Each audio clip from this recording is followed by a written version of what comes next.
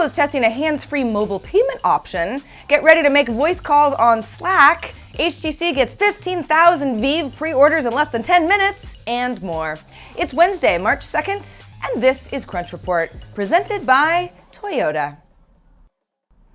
Hey everybody, happy hump day! Well, the HTC Vive, is it Vive or Vive? Let's call it Vive, VR headset, which went up for pre-order on February 29th and is set to ship on April 5th, seems to be a pretty hot item, with 15,000 pre-orders racked up in less than 10 minutes, according to a tweet by HTC VR dev Shen Ye, which, if correct, translates to about $12 million in revenue. That's a good day. Now, the Vive costs $799 for the VR headset and then 2 controllers and 2 base stations that power the whole thing. But you also have to have a separate PC that's also powerful enough to drive the VR experience. So all in, it's more like $1,500.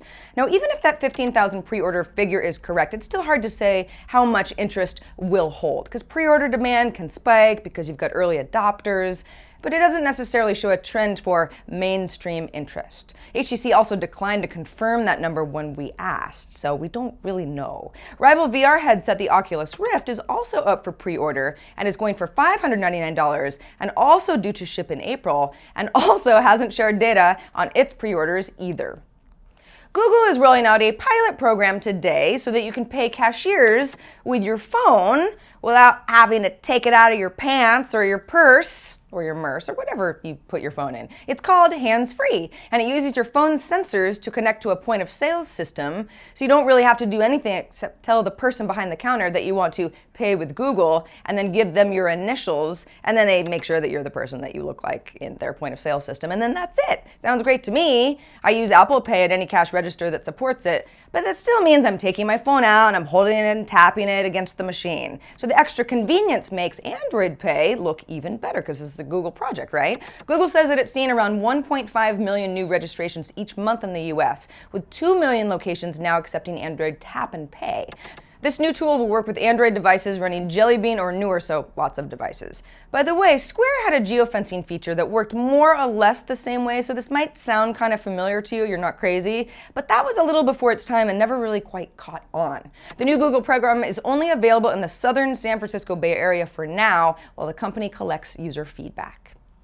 Well, yesterday, Slack announced that voice chat would start testing very, very soon, and I guess they mean really soon because it's today. The new calls feature has started rolling out on Slack for the latest version of its desktop app and lets you start a private Slack call or launch a conference call in a channel that anybody can join by just clicking in. And because Slack likes to be kind of silly, once you're chatting, you can send visual emoji reactions that hover over your profile picture during the call. Slack tells TechCrunch less than 50% of users have the feature as of now, so don't be surprised if you don't see it yet. A lot of other people don't have it either. Slack also says other integrations like Skype and Google Hangouts are still going to be incorporated into Slack. They're not going away. Slack calls will just be another more integrated option. By the way, video chat is still in the works too, but Slack says of its 2.3 million daily active users and 570,000 paid subscribers, voice calling was one of the most requested features.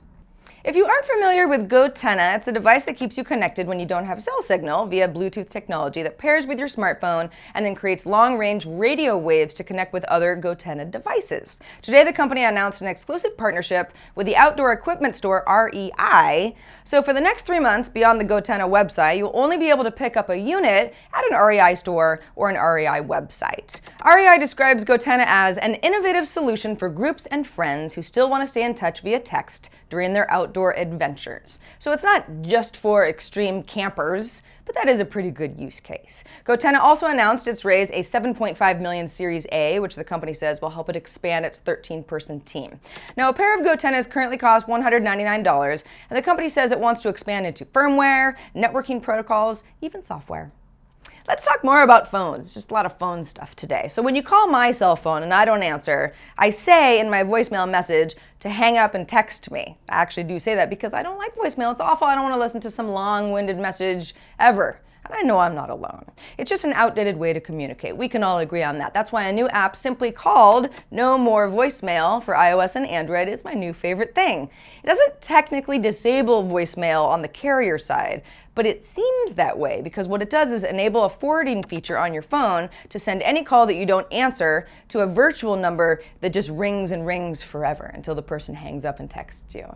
This only happens if you reject or ignore the call. So if it's a call you actually want to take, your phone will still work the same way. The app will give you an activation code, you copy and paste that into your phone's dialer, then you call a number and you enable the feature that way. It's how you disable it too. The company behind No More Voicemail is Tech Systems, which also made Trap Call. You might remember that. It uncovered caller IDs on blocked incoming calls. And Spoof Card, a caller ID spoofing service. Also, you could just call your carrier and get your voicemail officially disabled, but what is the fun in that?